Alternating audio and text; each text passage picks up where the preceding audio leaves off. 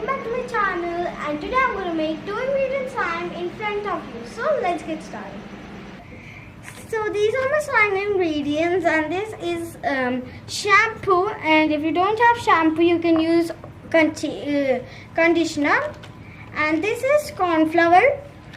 So let's start making the slime. So first we need corn flour.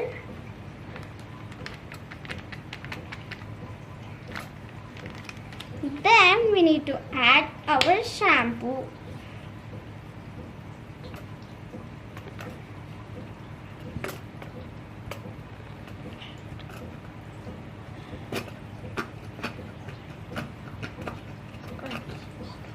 So now let's mix it.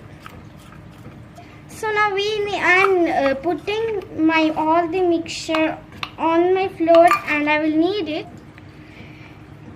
So this is my slime, and you can see it just breaks down a little bit because so now this is the result of the slime, and it's just as it is like a butter slime.